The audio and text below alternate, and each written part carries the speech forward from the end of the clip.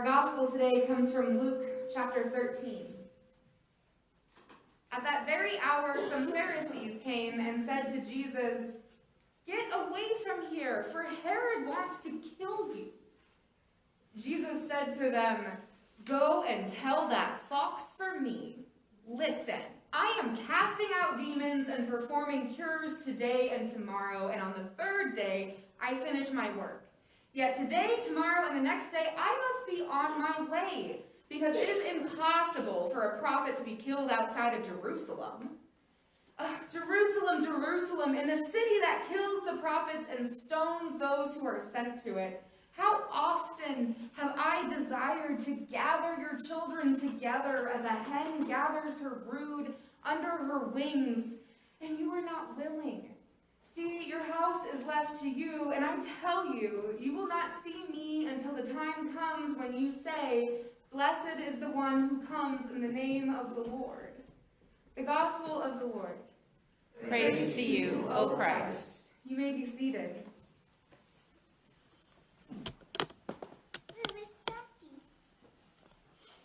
You lost your daddy? Where'd he go? I bet he'll come back. Why don't you sit there? I remember the first time I ever walked into a mosque. I was on my pastoral internship in Las Vegas and was working on an educational series about knowing our neighbors, kind of working off the theory that it is often easier to love our neighbors when we know them, right? The study focused on the three faith traditions that share a common ancestor, Abraham, formerly Abram, which were Christianity, Judaism, and Islam. And as much as I studied, read, and listened to the voices of different faiths, I realized quickly that although no one person could speak for an entire faith tradition, it probably wouldn't be a bad idea to sit down with and get to know a few of these neighbors whose traditions I was planning to teach about.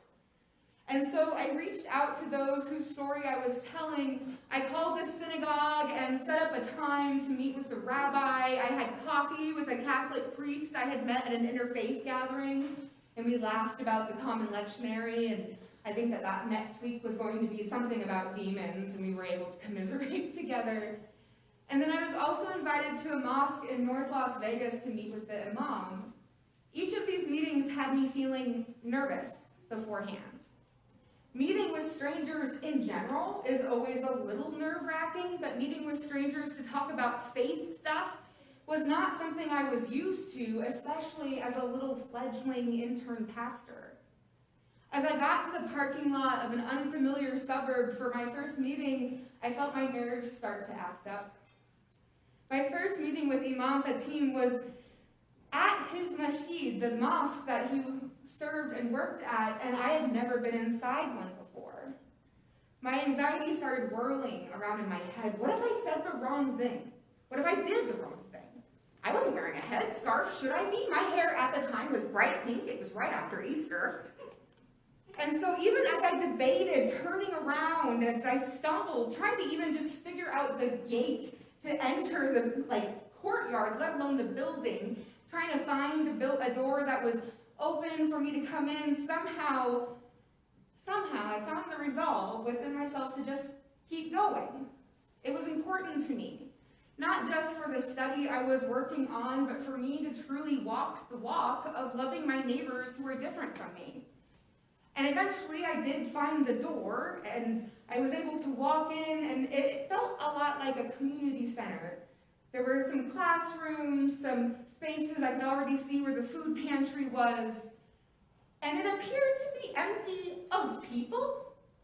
Mostly lit by windows, I poked my head around a few corners, wondering if somehow I had gotten the wrong day, the wrong time, the wrong place even. And then I just sort of quietly called out, hello? And I heard the voice of a woman named Khadija. Khadija answered in her full headscarf and dress, coming out of a small little room where she was working on some homework. And she greeted me, and I told her, "Hi, I'm here to see the imam. We're supposed to meet."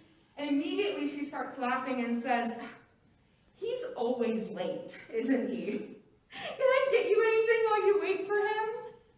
I've known so many pastors in my life, and myself being one of them occasionally, pastors and faith leaders all have their own time that we're running on. Eventually we'll get there.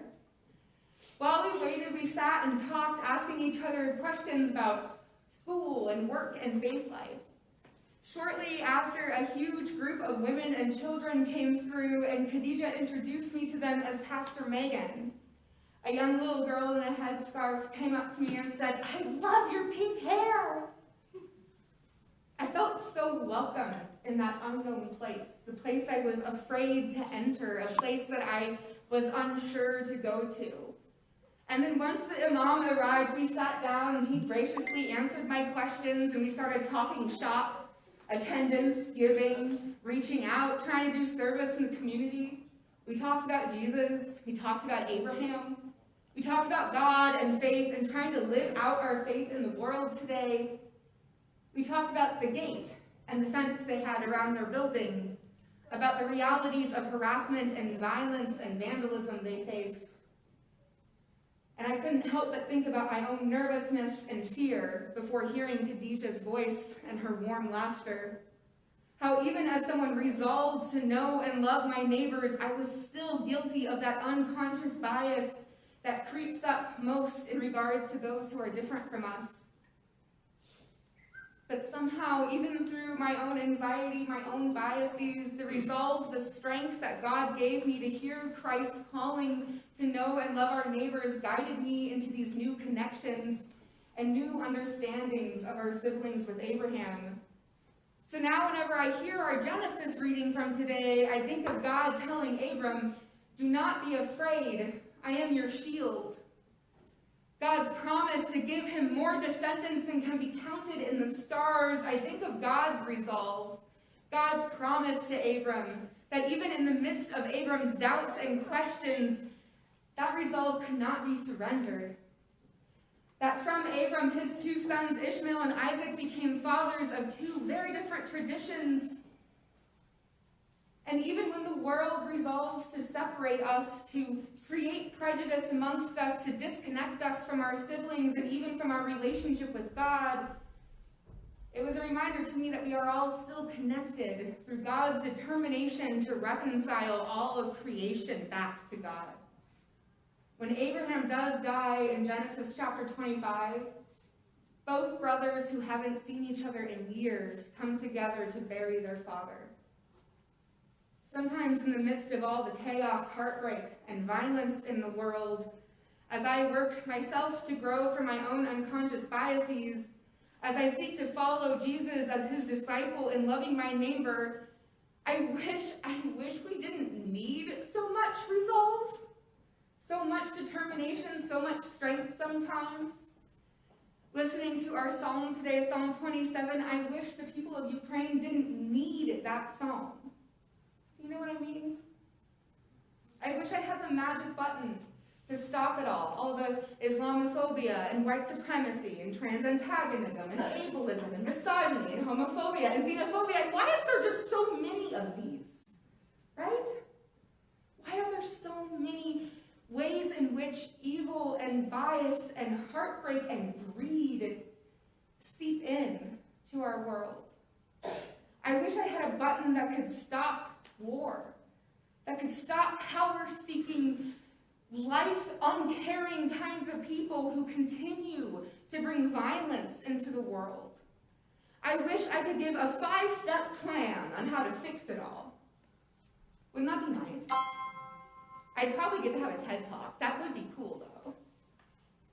The synagogue I went to the day after my mosque visit also had a gate and a fence around it, for similar reasons. More and more churches after the shootings in Charleston and Sutherland Springs are talking about security, gating, fencing. We see in Ukraine homes, hospitals, and churches, places thought to be safety and security, destroyed by Russian artillery fire and bombs. Sometimes it's hard to find the resolve, the determination to not lose heart in the world. Paul says in his letter to the Philippians, Their end is destruction, their God is the belly, and their glory is their shame. Their minds are set on earthly things. And there is truth to his words about the earthly parts of this world that focus on destruction, on self-interest, on shame, on those earthly things. And Jesus knows that danger. Jesus knows that it's on the horizon. In our reading today, he tells us that he would love nothing more than to gather all the children together under his wing like a mother hen. But he's got work to do, and the children aren't quite ready yet. In the face of threat brought to him by the Pharisees in our reading today, Jesus says, listen, I am too busy to worry about Herod. I am casting out demons and performing cures today, tomorrow, and on the third day I finish my work. Even though there is so much going on in the world, in his community, in his own life, Jesus doesn't focus on the things he can't do. He knows that he can't deal with Herod or the Pharisees in this moment. He can't run. And so all he can do is resolve to continue God's determination to gather all of creation, all of the world, in a motherly love like a hen and her chicks. And in this resolve, Jesus gets to the work of renouncing evil and healing those he meets. Jesus is too busy freeing people from their unclean spirits. Jesus is too busy caring for people who are hurting. Jesus is too busy sharing God's love and care with people, too busy to worry about what Herod might be up to or what might come tomorrow. Yeah. And honestly, I don't know, looking at this, I don't know if there is a better way to act in the face of such threat in the world, but to renounce hatred, renounce violence, and move towards healing. Caring for one another, not because we're the same, but because that's what we're called to do. We are part of a promise that God makes to God's people, a promise that we believe is brought to us in Jesus, our mother hen trying to gather her brood as we run around aimlessly like baby chicks. I have chickens. I have seen them zoom around, and it is aimless, I will tell you. They have no plans. They just run. Jesus is busy. They also fly. They also fly. They also try to fly. Jesus is busy in that 3 days because, as he says, I must be on my way to Jerusalem. And we know that that's on his way to the cross. Jesus takes all of the evil, all of the sin, all of the violence and destruction this world can manage to the cross, cutting a new covenant, a new promise with the world.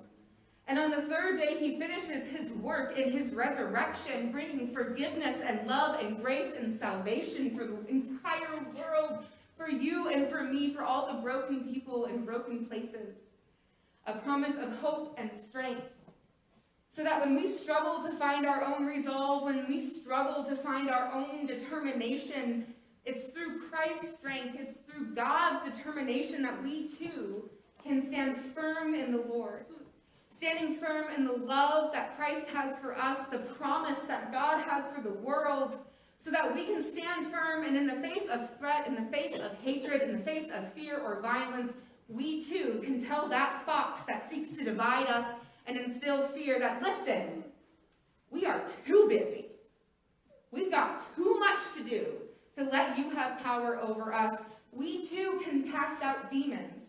We too can renounce the demons of this world. That big long list of phobias and biases and prejudices that I said earlier, those do not have a place here.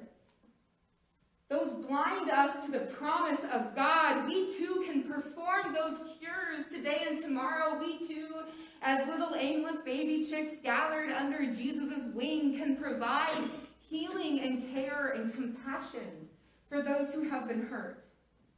We too can share love and grace with those we meet, knowing that just as Jesus calls us children of God, this is a child of God as well.